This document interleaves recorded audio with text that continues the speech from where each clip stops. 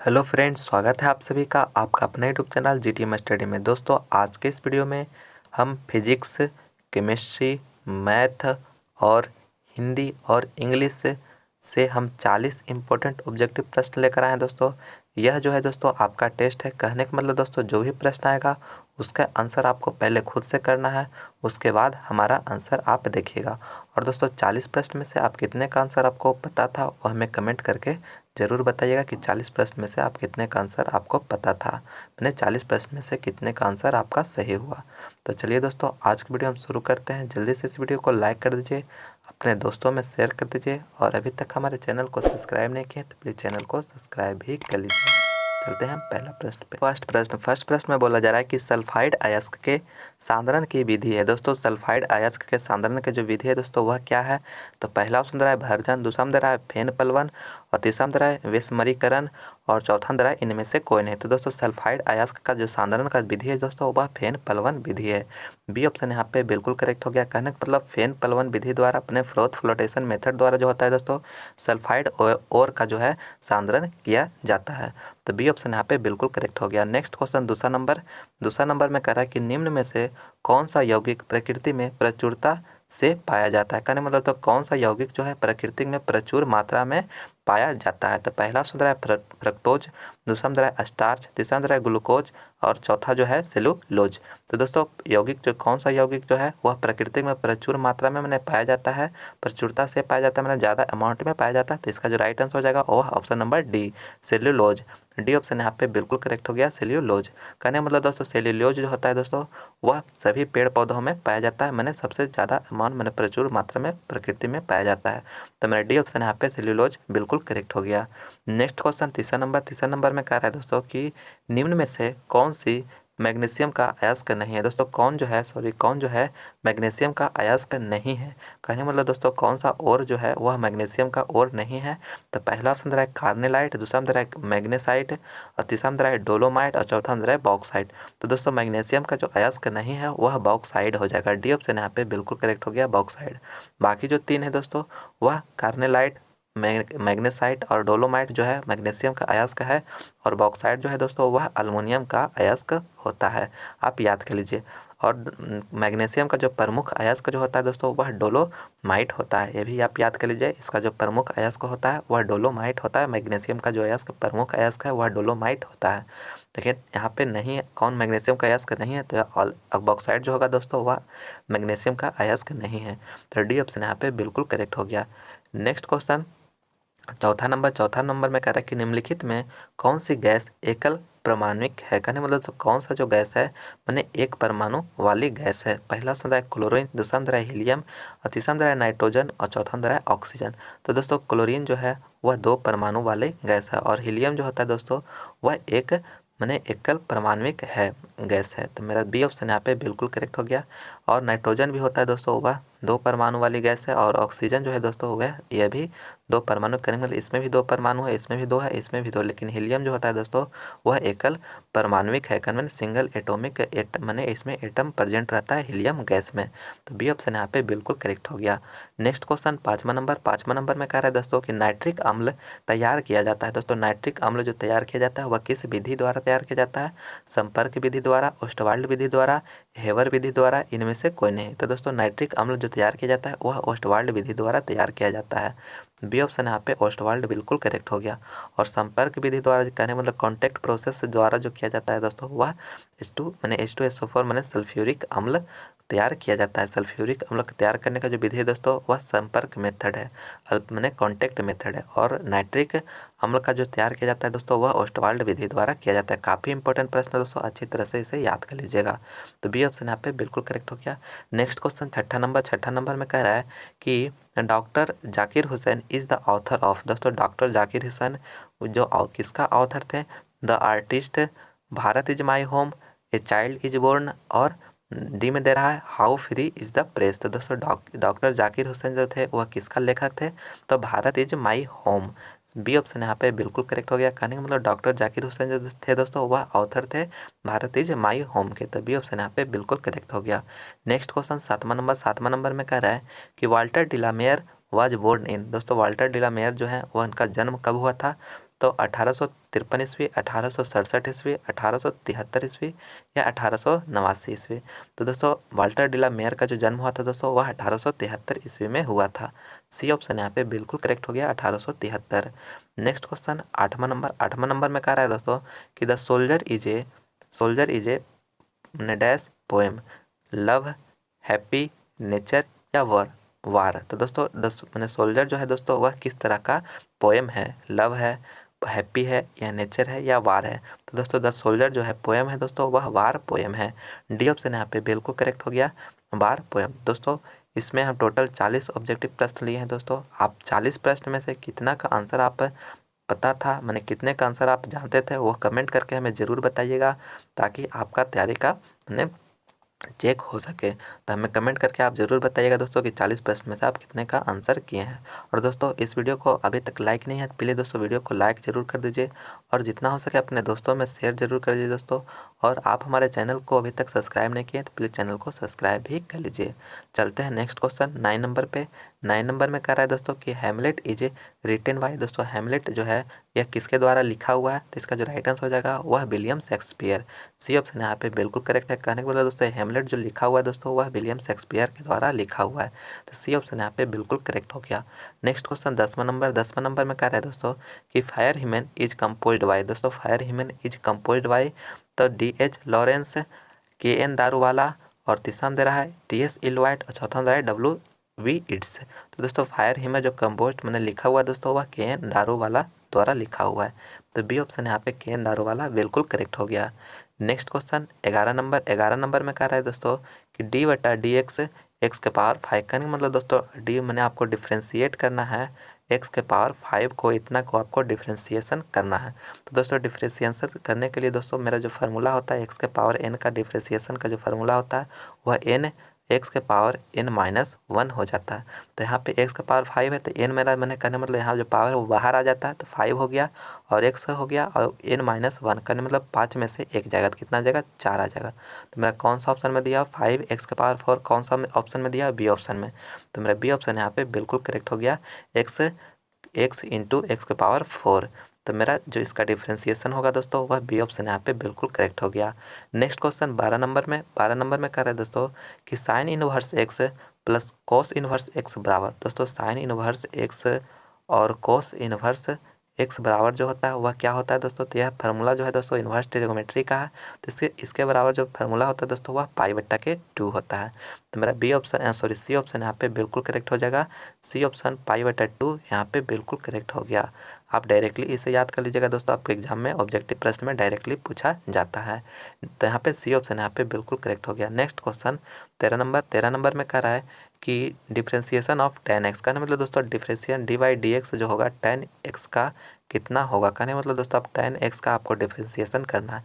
तो दोस्तों tan x का जो डिफ्रेंशिएशन का फार्मूला होता है वह सेक स्क्वायर x होता है। मेरा बी ऑप्शन यहाँ पे बिल्कुल करेक्ट हो गया, सेक स्क्वायर x मेरा बिल्कुल करेक्ट हो गया।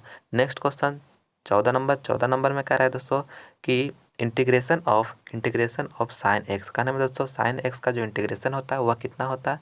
तो दोस्तों साइन एक्स का जो इंटीग्रेशन होता है दोस्तों यहाँ पे डी एक्स छूट गया दोस्तों। तो साइन एक्स का जो यहाँ पे डी एक्स यहाँ पे छूट गया है दोस्तों। तो यहाँ पे साइन एक्स का जो इंटीग्रेशन होगा दोस्तों वह माइनस कॉस एक्स प्लस सी। इंटीग्रेशन हटता है दोस्तों, यहाँ पे कांस्टेंट जुड़ता है और साइन एक्स का जो इंटीग्रेशन होता है वह माइनस कॉस एक्स हो जाता है। तो बी ऑप्शन यहाँ पे बिल्कुल करेक्ट हो गया, माइनस कॉस एक्स प्लस सी।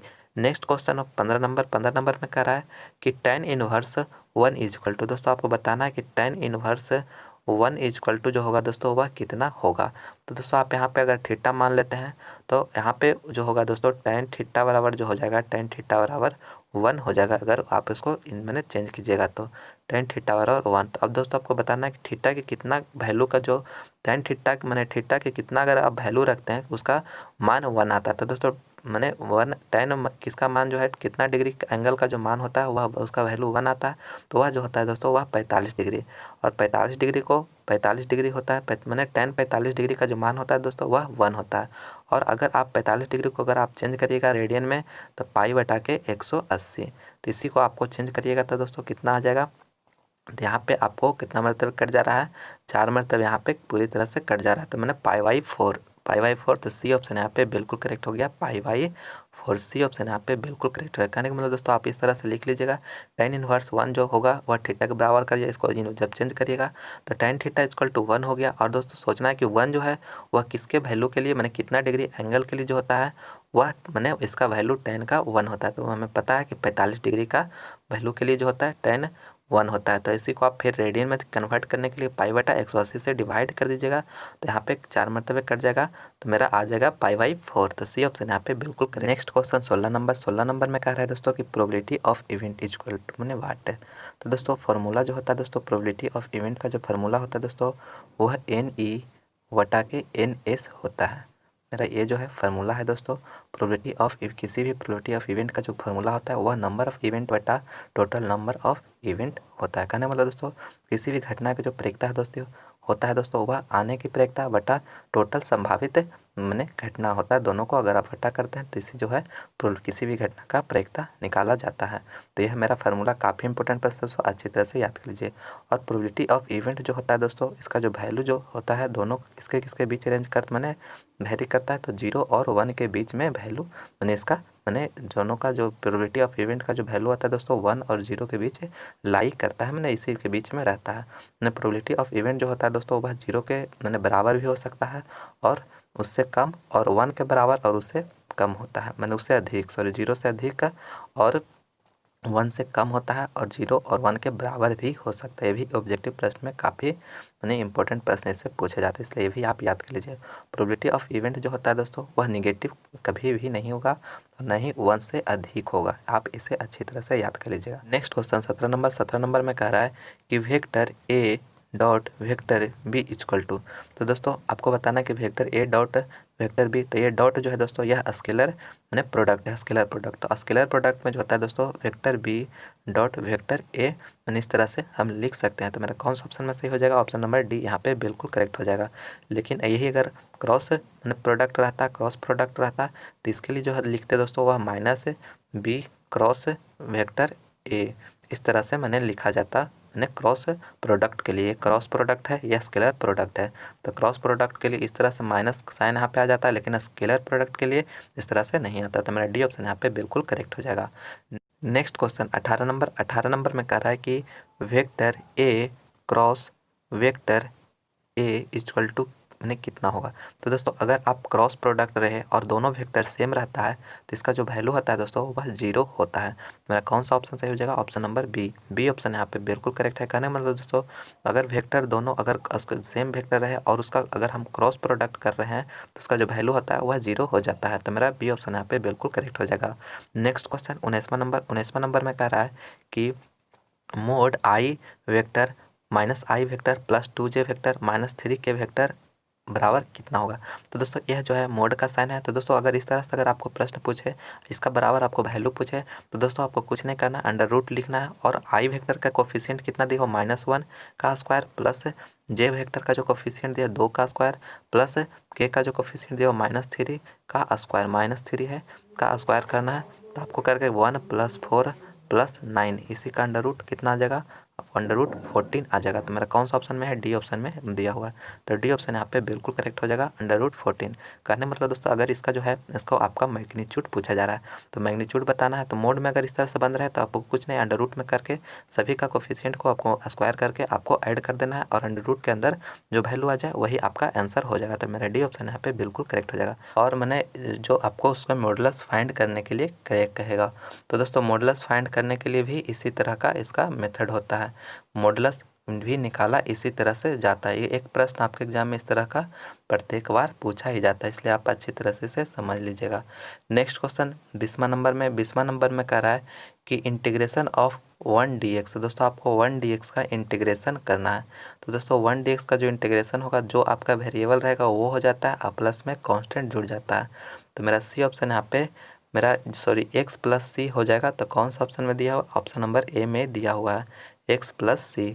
तो मेरा फर्स्ट ऑप्शन यहाँ पे बिल्कुल करेक्ट हो गया। कहने मतलब x + c का मैंने 1 dx का जो इंटीग्रेशन होगा दोस्तों वह x + c हो जाएगा। तो फर्स्ट ऑप्शन यहाँ पे बिल्कुल करेक्ट हो गया। नेक्स्ट क्वेश्चन 21वां नंबर में कह रहा है कि विद्युत चुम्बकीय तरंगों की प्रकृति होती है। दोस्तों विद्युत चुम्बकीय तरंगों की जो प्रकृति होती है तो इसका जो राइट आंसर हो जाएगा वह अनुप्रस्थ फर्स्ट ऑप्शन यहाँ पे बिल्कुल करेक्ट होगा। कहने का मतलब दोस्तों विद्युत चुम्बकीय तरंगों की जो प्रकृति होती है वह ट्रैवर्स होती है, माने अनुप्रस्थ होती है, तो फर्स्ट ऑप्शन यहाँ पे बिल्कुल करेक्ट हो गया। नेक्स्ट क्वेश्चन दूसरा 22वां नंबर में कह रहा है कि कार्बन प्रतिरोध का कलर कोड में काला रंग का मान होता है। दोस्तों कार्बन रेजिस्टेंस में जो कलर कोड में काला रंग का जो मान होता है वह कितना होता है? तो दोस्तों आपको हम ट्रिक बताए थे BBROY। तो दोस्तों बी से हो गया ब्लैक, और फिर बी से हो गया ब्लू, और आर से हो गया रेड, ओ से हो गया ऑरेंज, और वाई से हो गया येलो। तो मेरा ब्लैक जो है दोस्तों वह इधर नंबरिंग करते हैं तो 0 1 2 3 4, तो इस तरह से नंबरिंग होता था दोस्तों। तो यहाँ पे मेरा ब्लैक के लिए पूछा जा रहा है, तो फर्स्ट ऑप्शन में मेरा 0 जो है दोस्तों वह ब्लैक कलर के लिए कोड मान है, तो मेरा 0 ऑप्शन यहाँ पे सी में दिया हुआ है, तो सी ऑप्शन यहाँ पे बिल्कुल करेक्ट हो गया। और अगर ब्लू के लिए पूछता तो यहाँ पे 1 हो जाता, और 2 है दोस्तों वह रेड के लिए है, और 3 जो है दोस्तों वह ऑरेंज के लिए है।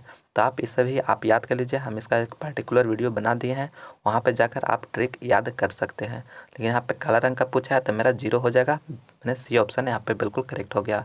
नेक्स्ट क्वेश्चन 23वां नंबर में कह रहा है कि तीन समान धारिता सी वाले संधारित्र को समांतर क्रम में जोड़ने पर समतुल्य धारिता होती है।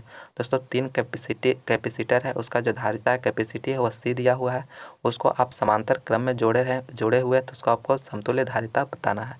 तो दोस्तों समांतर क्रम में जब दिया हुआ रहता है मैंने कैपेसिटर, तो उसका जो समतुल्य धारिता का जो फार्मूला होता है दोस्तों वह C1 + C2 + C3 हो जाता है। तो सभी का कैपेसिटी में जो है दोस्तों वह समान है, तो C+C+C कितना हो जाएगा 3C। कौन सा ऑप्शन में है? सी ऑप्शन में दिया हुआ है, तो सी ऑप्शन यहाँ पे बिल्कुल करेक्ट हो जाएगा। मैंने सी इक्विवेलेंट का जो वैल्यू होगा वह 3C हो जाएगा, तो मेरा सी ऑप्शन दिया हुआ है, तो सी ऑप्शन यहाँ पे बिल्कुल करेक्ट हो गया 3C।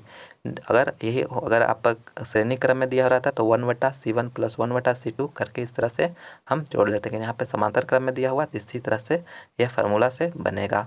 नेक्स्ट क्वेश्चन 24 नंबर में कह रहा है कि रेडियो एक्टिव परमाणु के लिए कौन सा संबंध सही है? दोस्तों रेडियो एक्टिव परमाणु के लिए कौन सा संबंध जो है सही है? तो इसका राइट आंसर है अर्ध आयु बराबर 0.6931 इंटू औसत आयु। मेरा डी ऑप्शन यहाँ पे बिल्कुल करेक्ट है। काफ़ी इंपॉर्टेंट प्रश्न है दोस्तों, अच्छी तरह से याद कर लीजिएगा। रेडियो एक्टिव परमाणु के लिए जो संबंध है, राइट संबंध है दोस्तों, वह अर्ध आयु बराबर 0.6931 इंटू औसत आयु। मेरा डी ऑप्शन यहाँ पे बिल्कुल करेक्ट हो गया। नेक्स्ट क्वेश्चन 25वां नंबर में कह रहा है कि प्लांक नियतांक कहने मतलब प्लांक कांस्टेंट का मान होता है। दोस्तों प्लांक कांस्टेंट का जो मान होता है वो कितना होता है? तो दोस्तों आपको बहुत बार बताएं 6.626 इंटू 10⁻34 जूल सेकेंड होता है। तो कौन सा ऑप्शन में दिया? ऑप्शन नंबर सी में दिया हुआ है। ये दोस्तों काफ़ी इंपॉर्टेंट प्रश्न है, इसे अच्छी तरह से इसे याद कर लीजिएगा। तो सी ऑप्शन यहाँ पे बिल्कुल करेक्ट हो गया। यूनिट भी काफ़ी खास इसका काफ़ी इंपॉर्टेंट है दोस्तों, इसे यूनिट भी अच्छी तरह से याद रखिएगा, जूल सेकेंड। और इसका जो होता है डायमेंशन जो होता है दोस्तों वह ml² T⁻⁻1 होता है। आप डायमेंशन भी याद कर लीजिएगा। और वैल्यू जो हो गया 6.6 इंटू 10⁻34 जूल सेकेंड होता है। ये भी आप अच्छी तरह से तीनों आप अच्छी तरह से याद रखिएगा, एग्जाम में 1+ जिससे जरूर आएगा। नेक्स्ट क्वेश्चन 26वां नंबर में कह रहा है कि दशमिक संख्या 9 का द्विधारी होता है। कहने में दोस्तों डेसिमल नंबर 9 जो है उसको आपको बाइनरी में कन्वर्ट करना है।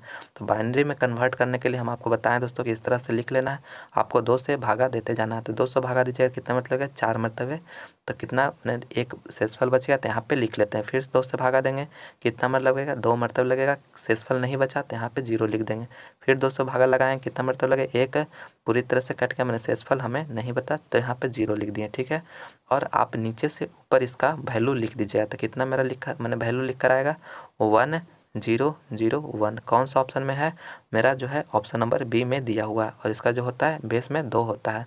ये भी आपका पूछा जाता है बाइनरी का बेस में कितना मैंने कितना डिजिट होता लिखा हुआ रहता है, तो यहाँ पे 2, यहाँ पे उसका राइट आंसर होगा।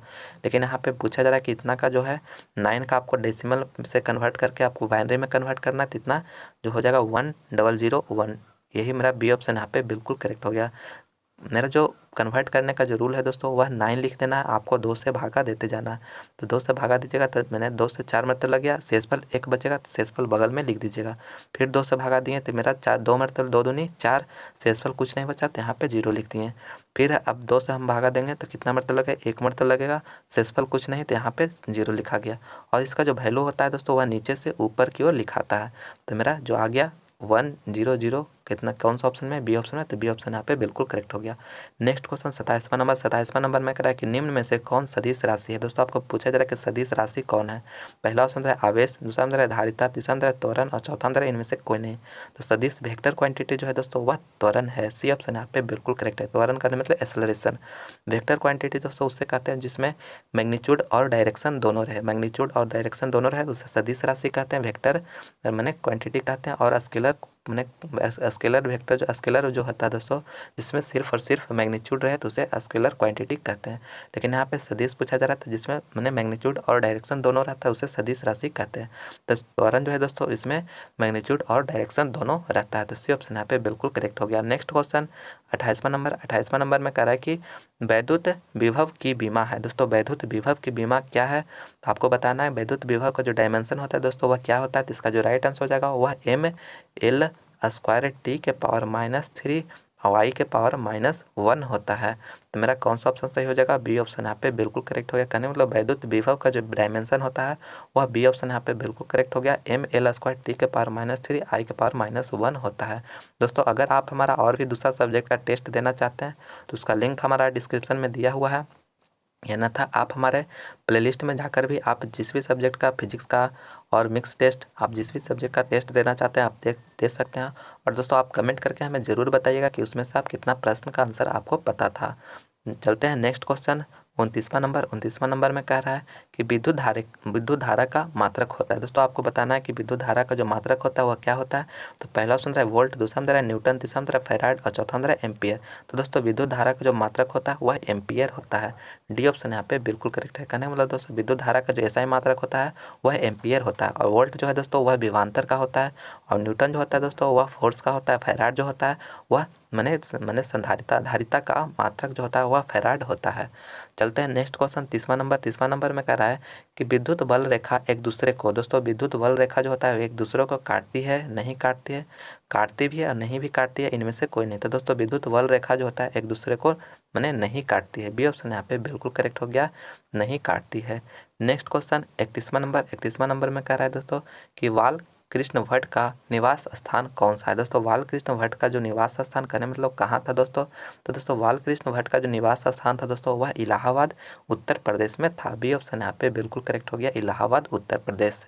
नेक्स्ट क्वेश्चन 32 नंबर में कह रहा है कि बाल कृष्ण भट्ट किस पत्रिका का संपादन किया। दोस्तों बाल कृष्ण भट्ट जो थे वह किस पत्रिका का संपादन किए थे, तो दोस्तों हिंदी प्रदीप। सी ऑप्शन यहाँ पे बिल्कुल करेक्ट है। बाल कृष्ण भट्ट जो थे दोस्तों वह हिंदी प्रदीप पत्रिका का संपादन किए थे। तो सी ऑप्शन यहाँ पे बिल्कुल करेक्ट हो गया।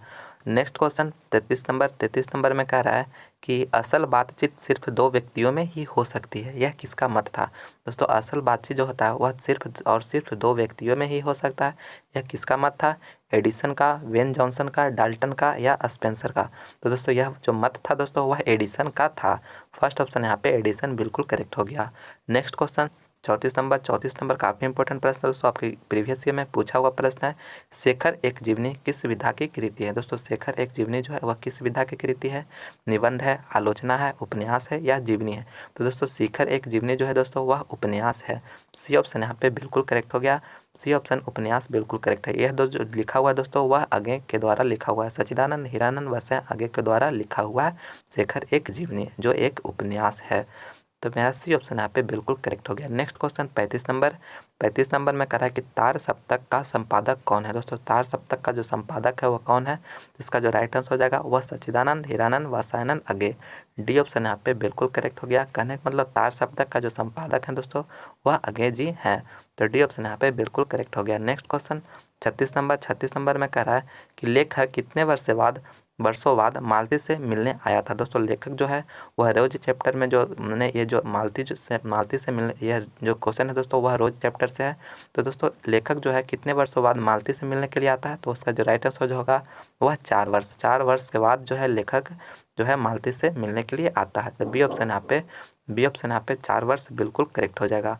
नेक्स्ट क्वेश्चन 37 नंबर में कह रहा है कि निम्नलिखित में कौन सी उपाधि माथुर जी को मिली। दोस्तों कौन सी उपाधि माथुर जी को मिली थी, तो इसका जो राइट आंसर हो जाएगा वह विद्या वारिधि। बी ऑप्शन यहाँ पे बिल्कुल करेक्ट हो गया, विद्या वारिधि जो है दोस्तों माथुर जी की उपाधि मिली थी। तो बी ऑप्शन यहाँ पे बिल्कुल करेक्ट हो गया। नेक्स्ट क्वेश्चन 38 नंबर में कह रहा है कि पुंडलिक जी ने निर्भीकता किससे सीखी थी। दोस्तों पुंडलिक जी थे वह निर्भीकता किससे सीखे थे, तो दोस्तों इसका जो राइट आंसर हो जाएगा वह गांधी जी से। बी ऑप्शन यहाँ पे बिल्कुल करेक्ट हो गया, गांधी जी से। नेक्स्ट क्वेश्चन 39वां नंबर में कह रहा है कि अंग्रेज ठेकेदार ने किस चीज़ की खेती के लिए विस्तार किया। दोस्तों अंग्रेज ठेकेदार जो था वह किस चीज़ की खेती करने के लिए मैंने कहता था, तो पहला ऑप्शन है दलहन, दूसरा नंबर है नील, तीसरा नंबर है गेहूँ और चौथा नंबर है तिलहन। तो दोस्तों अंग्रेज ठेकेदारों ने जो था नील की खेती के लिए मैंने विस्तार किया। बी ऑप्शन यहाँ पे बिल्कुल करेक्ट हो गया, बी ऑप्शन नील यहाँ पे बिल्कुल करेक्ट हो गया। दोस्तों अगर आप अभी तक हमारे इस वीडियो को देख रहे हैं तो प्लीज़ दोस्तों वीडियो को लाइक ज़रूर करिए और अपने दोस्तों में ज़्यादा से ज़्यादा शेयर करिए। और अभी तक हमारे चैनल को सब्सक्राइब नहीं किए तो प्लीज़ चैनल को सब्सक्राइब ही कर लीजिए। और भी हम इसी तरह का वीडियो लाने वाले हैं, उसका भी नोटिफिकेशन आप लोगों को सबसे पहले मिलेगा। और उस वीडियो को ज़रूर देखिए ताकि आपके एग्ज़ाम का बेस्ट प्रिपरेशन हो सके। और दोस्तों आप लोग का अच्छा रिस्पॉन्स रहता है, इसी तरह से आप लोग मेहनत करिए, आपके एग्ज़ाम में ज़रूर ज़्यादा से ज़्यादा मार्क्स आएगा। चलते हैं नेक्स्ट क्वेश्चन 40 नंबर पे। 40 नंबर में कह रहा है दोस्तों कि कर्नाट वंश के राजा हरि सिंह को मुकाबला मैंने किसका मुकाबला करना पड़ा था। दोस्तों कर्नाट वंश का जो राजा हरि सिंह थे दोस्तों उसका किसका मुकाबला करना पड़ा, मैंने किससे मुकाबला करना पड़ा था। गयासुद्दीन तुगलक, नादिर शाह या अलाउद्दीन खिलजी या कुतुबुद्दीन ऐबक। तो दोस्तों आप इस प्रश्न का आंसर हमें कमेंट करके बताइएगा कि कर्नाट वंश के जो राजा हरि सिंह थे उसका मैंने किससे साथ मैंने मुकाबला करना पड़ा था। तो दोस्तों आप कमेंट करके हमें ज़रूर बताइएगा। और दोस्तों यह वीडियो आपको कैसा लगा वो भी हमें कमेंट करके बताइएगा। और आपको 40 प्रश्न में से कितने का आंसर आपको पता था, यानी कितने का आंसर आप जानते थे, वो भी हमें कमेंट करके ज़रूर बताइएगा कि आप 40 प्रश्न में से कितने का आंसर आप सही किए हैं। तो चलिए दोस्तों यह मेरा जो था लास्ट प्रश्न था। मैं उम्मीद करता हूँ कि यह वीडियो आपको पसंद आया होगा, तो प्लीज़ इसे लाइक करें, अपने दोस्तों में ज़्यादा से ज़्यादा शेयर करें। और आप हमारे चैनल पर नए हैं तो प्लीज़ चैनल को सब्सक्राइब करके बेल आइकन को भी प्रेस कर लें ताकि आपके एग्जाम से रिलेटेड कोई भी वीडियो अपलोड करें तो उसका नोटिफिकेशन आप लोगों को सबसे पहले मिले। तो चलते हैं, मिलते हैं अगले वीडियो में। इस वीडियो को देखने के लिए बहुत बहुत धन्यवाद।